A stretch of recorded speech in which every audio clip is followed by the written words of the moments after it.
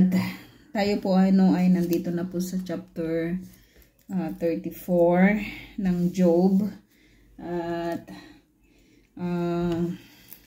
it is a continuation doon po sa mga sinasalita nitong si Elihu. At nakita po natin, di ba, the last time na itong si Elihu ay siya po yung pinakabata sa mga kasama po nitong si Job. At nabanggit niya, di ba, na nagsalita kayo yung mga matatanda, tapos ako naman ngayon ang magsasalita. So ito pa rin yung tagpo po na iyon. Actually napakarami po niyang sasabihin, di ba, dito kay Job at sa mga kaibigan ni Job. At kung titignan po natin yung mga tema ng mga binabanggit po nitong si Elihu, ay makikita natin na siya po yung klase ng tao na idinidefend po niya ang God. Idinidefend niya yung God. At sa atin naman na nag-aaral sa salita ng Panginoon from cover to cover of the scripture, wala tayong specific, di ba, na command na binabanggit na kailangang i-defend nyo yung God. Kailangang ipaglaban ninyo, di ba, yung Diyos, na katulad ng ginagawa, di ba, ng ibang mga pananampalataya, kapag nagwika ka, di ba, ng masama doon sa kinikilala po nilang Diyos, nakikipaglaban sila until to the point na pwede silang pumatay, di ba, ng mga tao, dahil dinidepend sahan nila, di ba, yung Diyos nila. So tayo naman, God is able to defend, di ba, yung sarili niya. Kaya niya yon. Mas nakaka-amaze kung paano po niya i-defend, di ba, yung sarili niya, dahil he is a powerful, di ba, na God, Meron tayong specific na binanggit sa scripture na i-defend po natin is the gospel, di ba? But kaya si Lord, sino ang tao para alam mo yun, yung i-defend niya, di ba, yung God, mas powerful po ang Diyos. At itong si Elihu, ganun po yung kanyang ginagawa, ganun yung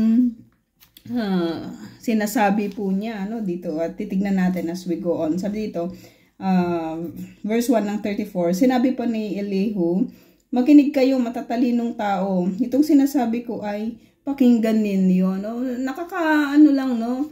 ewan ko lang po kung how do you feel, di ba, kung merong mga bata, di ba, na dati nung kabataan ako, parang feeling ko, di ba, entitled ako to alam mo yun, magsabi-sabi sa mga nakatatanda, yung mga ganon. Pero as I grow older pala, di ba, masakit pala yun sa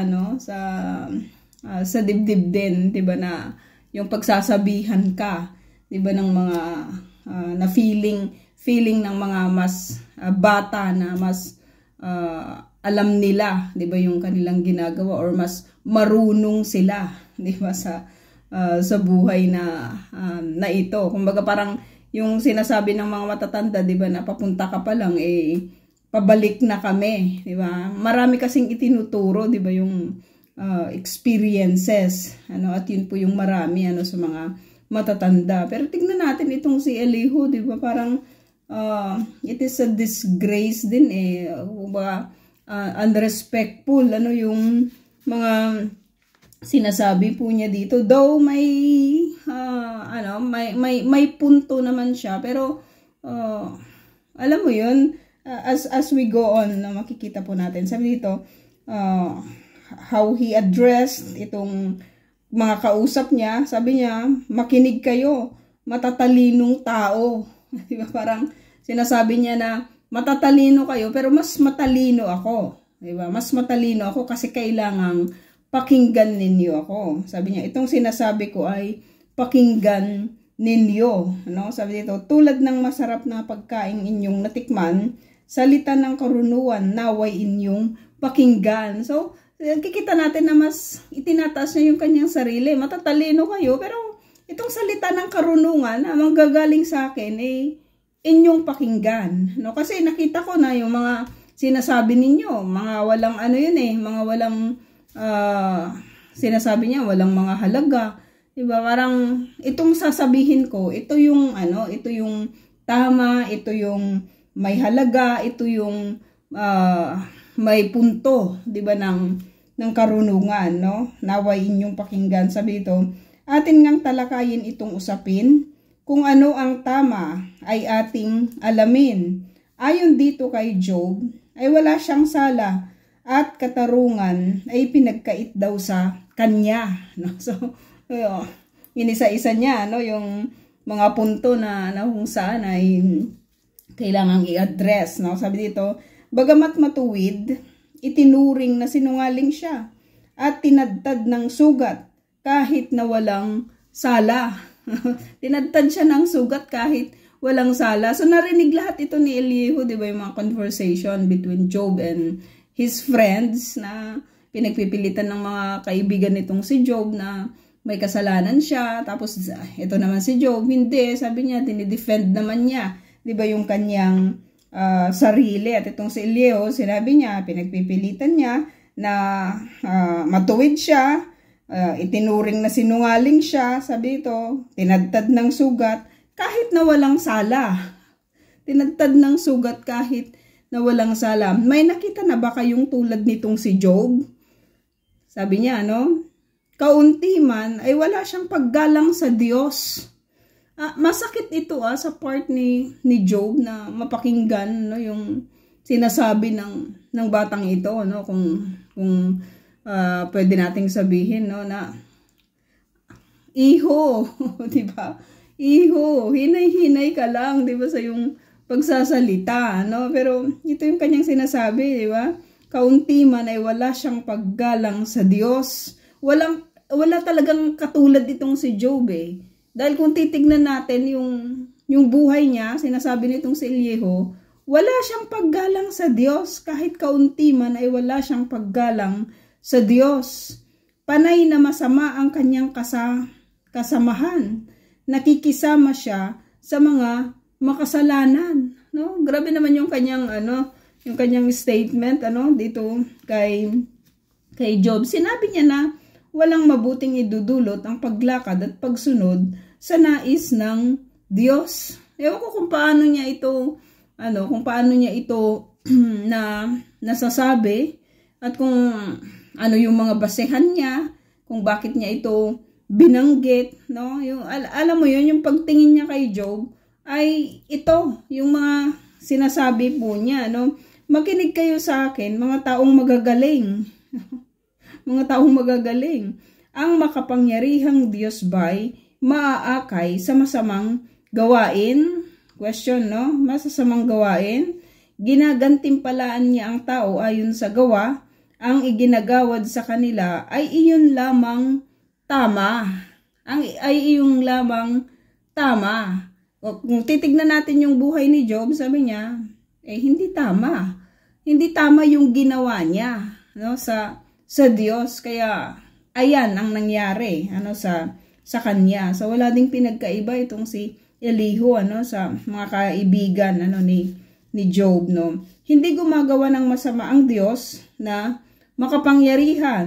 No, tama naman. Hindi niya kailanman binabaluktot ang katarungan. Hindi niya kailanman binabaluktot ang katarungan. Itong si Job, ginagawa niya yon, no? Yun yung punto niya.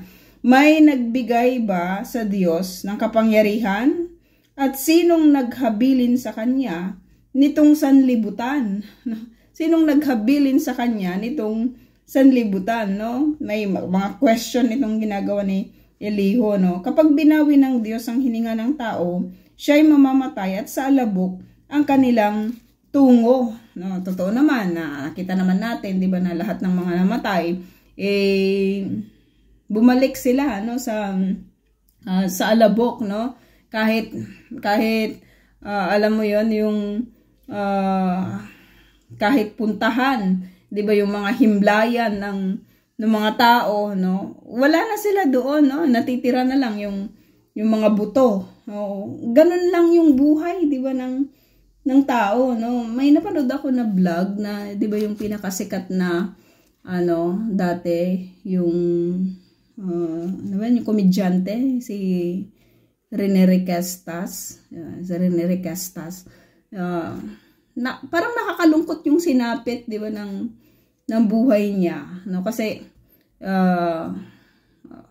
napanood ko yun sa vlog, no, na yung hindi siya nabigyan ng proper na himlayan, kumbaga kinuha yung buto niya, inilipat, ipinatong-patong doon sa parang kung hindi pa yun na i-vlog, hindi mapapansin na ganun pala katagal na, 'di ba, yung kalagayan niya. So ganun lang yung 'di ba? Kahit sikat ka or kahit simple ka lang na tao, pag namatay po yung tao, wala na, 'di ba? Wala nang halaga. Magiging na siya, 'di ba? Mawawala itong mga flesh at mawawalan na siya ng forma, 'di ba? May matitira na bungo, 'di ba? Pero wala nang pakinabang 'yon. Ano pa ba yung magiging kapakinabangan, 'di ba, ng taong namatay na? Kaya hindi tayo nagmamalaki, 'di ba, na habang ang buhay na ito, 'di ba, na meron po tayo, ginagamit po natin ito sa tama. Kasi kapag wala na po yung buhay, magiging wala ng halaga, 'di ba, yung lahat, no? Sabi dito, sila'y mamamatay at sa alabok ang kanilang tungo, no? One day, mga kapatid, mawawala din talaga tayo dito sa mundo, sa ayaw at sa gusto natin. Hindi natin alam kung papaano, 'di ba, sa Canada, malay ba naman nila, 'di ba, na may in just alam mo 'yon, yung pagkatapos ng mga kasayahan doon sa party, tapos may trahedya pala, 'di ba, na magaganap, no, somewhere sa Vancouver ba 'yon, 'di ba, yung Lapu-Lapu festival. Ganun lang yung buhay, 'di ba, ng tao. You cannot know what will happen, 'di ba, sa mga susunod, 'di ba, na mga minuto. Kaya tayo, habang may buhay tayo, no, habang nandito pa tayo sa katawan po na ito, hanggang nandito pa tayo dito sa mundo, pinapangalagaan lang talaga natin yung bawat segundo, bawat minuto, 'di ba, ng ating buhay, na iniisip po natin kung paano pa natin ito alam mo 'yun, yung maibabalik or mabibigyan, 'di ba, ng kapurihan ang Diyos na lumalang, 'di ba, sa atin. Kung titignan natin, napaka-useless lang talaga yung mga as I grow older napaka-useless yung mga arguments, 'di ba? Napaka-useless yung mga hindi pagpapansinan, napaka-useless yung mga pag-aaway-away, kasi wala din naman yun mapupuntahan. 'Di ba? Sa totoo lang, isa lang ang destination ng tao, 'di ba? Kamatayan. So why not live this life according to the likeness, 'di ba? And according to the plan, 'di ba, ng Panginoon, no? So natitreasure natin yung buhay na ito, kasi alam natin na hindi tayo magtatagal, 'di ba, sa mundo po na ito, no? Lalo na kapag medyo mag-iedad ka na ng 'di ba, ng mas higher, no, ng mga 50, 60, mga ganon. Pero hindi mo rin masabi, 'di ba? Hindi mo talaga masabi kung kailan ba yung ending, 'di ba, ng buhay na ito. Kaya nagpapasalamat tayo sa Panginoon na sa bawat pages ng scripture, ay pinapaalalahanan po niya tayo.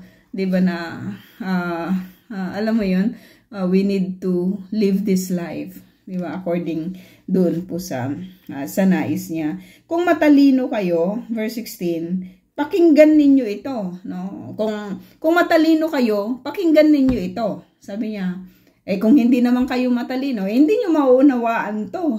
Grabe tong si Elihu, ano? Sabi niya, hindi ba ang Diyos ay makatarungan?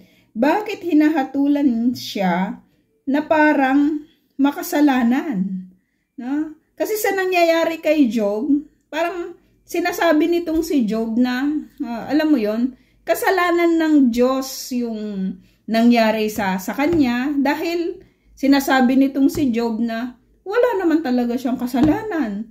Hindi naman talaga siya sumuway sa Panginoon. So, sino ngayon ang may sala? Sinasabi nitong si Elihu. So, kasalanan ito ni God. Diba sometimes ganyan yung ginagawa ng tao kahit sa kapanahunan po natin ngayon, no? Na when people are questioning God, kung bakit nangyayari sa kanila yung mga bagay-bagay, diba na nangyayari sa kanila, no? Parang sinasabi nila, hindi ko deserve ito, no? Kasalanan mo ito, Diyos, 'di ba? Kasalanan ito ng Diyos. Kasi dapat hindi ko natanggap yung ganitong problema dahil wala naman akong tinapakan na tao, 'di ba? May mga ganyan no na sinasabi, no? Sinong may kasalanan? Sinong may kasalanan? Bakit nagsasuffer? 'Di ba yung tao, no? So balik lahat ito ano sa Panginoon. Ang Diyos yung may kasalanan kasi hindi niya alam kung ano yung kanyang ginagawa. No? Kung bakit sabi ni Job wala siyang kasalanan, tapos bakit ganito yun yung nangyari, 'di ba sa kanya? Yun yung punto nitong si Elihu, no? Sa mga hari, siya ang nagpaparusa kung sila'y masama at walang halaga. Sa mga hari yun Job, no? Sa mga hari yun Job, kasi kay Job ito, no? Kay Job yung punto ng lahat ng kanyang sinasabi. Pinaparusahan niya yung mga hari kung sila'y masama at walang halaga. Anong nangyari sa iyo Job? 'Di ba? Parang parusa rin ito sa iyo kasi masama ka, no? Wala kang halaga. Siya ang lumikha sa sangkatauhan, kaya walang itinatangi, mahirap man o mayaman, no? Mahirap man o mayaman. Dati mayaman ka, ngayon mahirap ka, gumawa ka ng kasalanan kaya ganyan yung nangyari sa iyo. Sa isang kisap mata, ang tao'y mamamatay. Ang hampasin ng Diyos bigla na lamang papanaw kahit siya'y malakas o makapangyarihan, no? Tama naman po 'yon, no? Yung sinasabi po niya, no, na kapag dumating na po yung kamatayan, dumating na yung ending, 'di ba, ng buhay natin. Kasi meron tayong beginning, meron talagang ending. Sinabi din niya sa scripture. Ang problema lang sa tao, hindi niya alam kung kailan yung kanyang ending, no? Hindi niya alam, wala ni isa man sa kahit na sino mang nilalang na tao dito sa mundo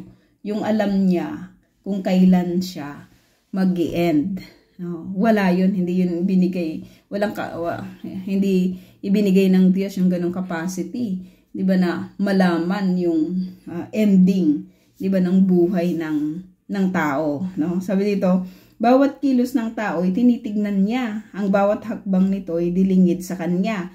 Walang sapat na kadiliman ang mapagtataguan ng mga makasalanan. Kita naman lahat ng Diyos, 'di ba, yung ginagawa ng tao. Alam niya lahat, no? Kahit yung gumagawa ng mabuti, yung gumagawa ng masama, at hindi ito nalilingid sa Diyos. Hindi na kailangan ng Diyos na magtakda ng panahon upang ang tao ay lumapit sa Kanya at gawaran ng hatol. So kung titignan natin itong mga statement nitong si Elihu, mga kapatid, he is speaking in behalf of God. He's speaking in behalf of God. Grabing pagmamataas yun sa sarili.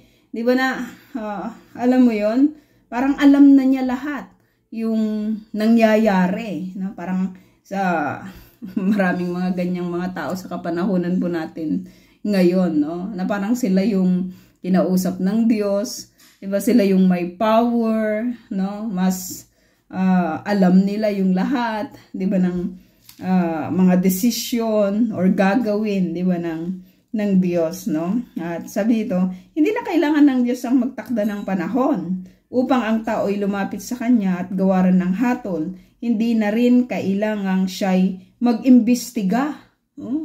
Grabe yung mga statement niya, upang ang pinuno'y alisin at palitan ng iba. Kung siguro na ba, sabihin natin, kung tayo lang siguro yung Diyos, sino ka para magsabi niyan?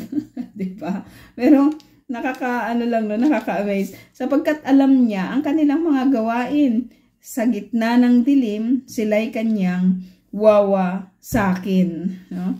Pinaparusahan niya ang masasama nang nakikita ng madla. So, anong pinupunto niya? No? Ito, kita naman yung lahat. Kung ano yung nangyari, dito kay Job, no? Kasi masama siya. No? Ito yung punto niya. Pinaparusahan niya ang masasama nang nakikita ng madla, sapagkat ang kanyang mga utos ay nilalabag nila. Nakakaawa lang talaga itong si Job, di ba? Dahil wala man lang ni isang sa kanya, di ba? Nag-stand sa kanya or tumulong, di ba, sa kanya. Nadi-disturb ako kay Lola. Ayan. Sabi dito, dahil sa masasama, ang mahihirap ay humihibik. Kaya't sa daing nila, ang Diyos ay nakikinig. No? Hindi ko naman pwedeng isara yung pintuan kasi wala akong internet. Ano kaya to? Ayun. Kung ipasya ng Diyos na huwag kumibo, walang maaaring sa kanya'y magreklamo. Kung kanyang talikuran ang sang nilikha, ang tao kaya ay may magagawa. Walang magagawa ang alinmang bansa upang makaiwas sa pinunong masasama. Itong mga binabanggit niya, di ba? Sabi niya, matalino siya, no? Pero kung titignan natin, 'di ba yung punto, 'di ba, ng kanya pong sinasabi, ay makikita lang talaga po natin, 'di ba, kung saan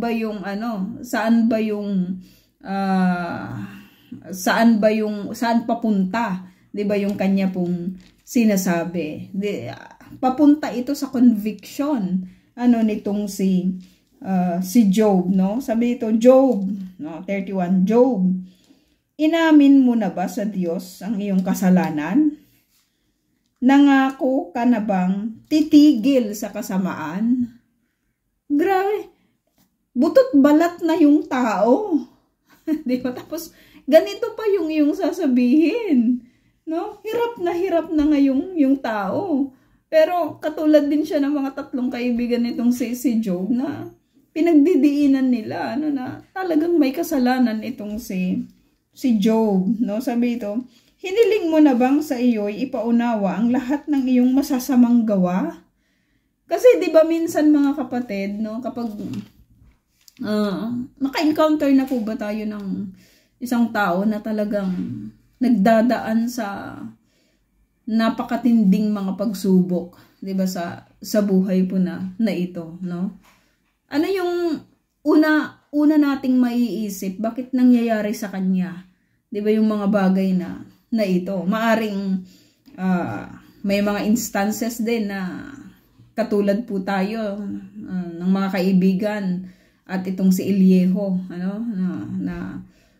doon po sa conviction, ibinibigay po natin. So maiiba pala yung ating pagtingin sa mga kapanahunan po na ito, sa mga taong nagdadaan sa mga pagsubok. Kahit sa mga matitindi pong mga pagsubok, 'di ba, sa buhay na ito, no? So ang pagtingin natin na hindi katulad ng mga tatlong kaibigan ni Job at nitong si Elihu. Hindi na po ganon. Ano yung pagtingin natin, no, na sasabihin na mag-repent ka kasi. Alalahanin mo kung saan ka nagkamali. Alalahanin mo kung saan ka nagkasala. Kasi I believe na sa lahat ng mga taong dumadaan sa mga matitindi pong mga pagsubok, di ba mga kapatid, na talagang meron silang yearning, meron silang pagnanais, di ba, na ituwid yung kanila pong mga sarili sa Panginoon. They are communicating to God, no, in their personal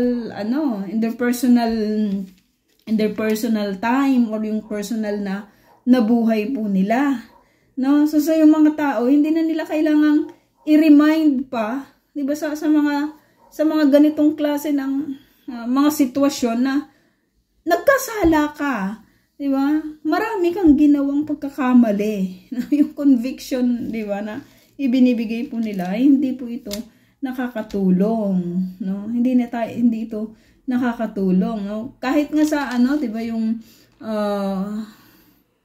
minsan 'di ba may mga ganon yung sa mga invitation, 'di ba, sa mga altar calls, minsan, no, may mga reminders, 'di ba, ng patungkol sa mga kasalanan, 'di ba, ng mga tao na parang kailangan nilang mag-repent, 'di ba, yung mga ganon na parang pinupwersa, 'di ba, sila na mag-repent, no? May iba lang talaga yung pagtingin natin sa mga kapanahunan po na ito, sa mga tao na nagdadaan sa mga matitinding pagsubok, no? Hiniling mo na bang sa iyo ipaunawa ang lahat ng iyong masasamang gawa? Nangako ka na bang titigil na nga sa gawang di tama? Sapagkat sa Diyos ikaw ay lumalaban. Ibibigay kaya niya ang iyong kailangan?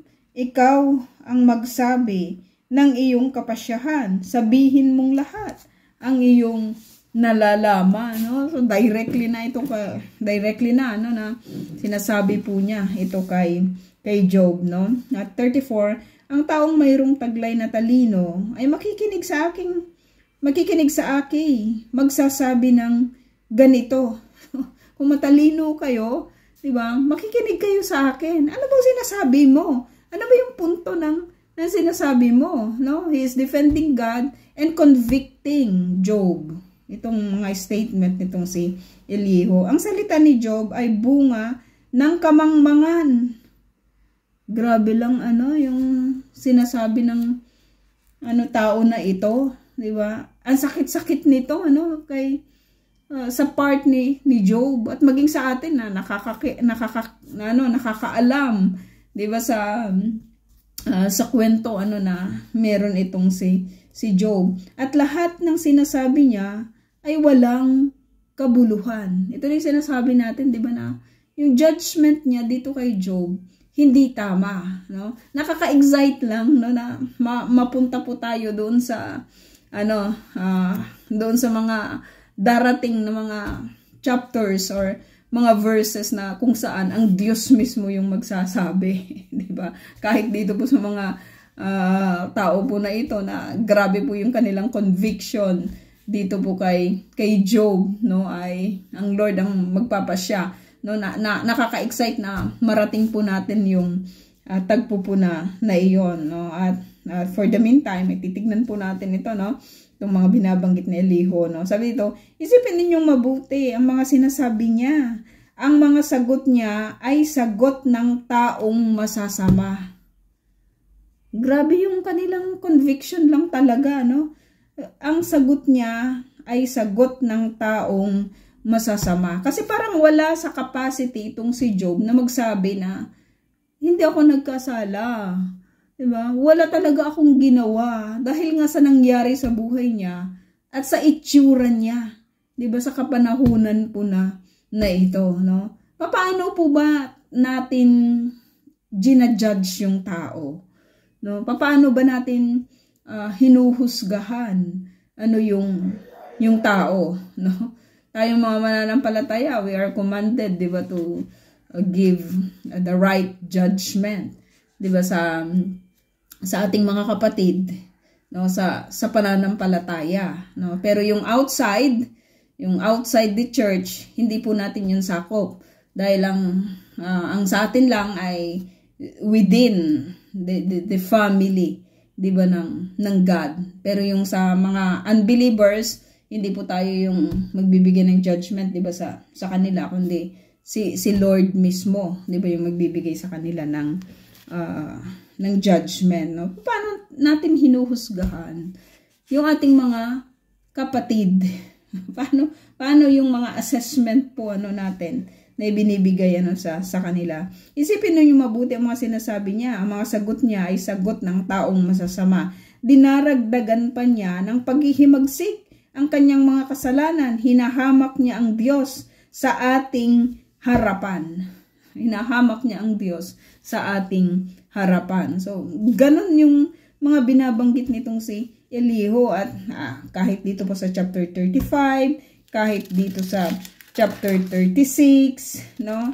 Marami pa siyang sasabihin, no?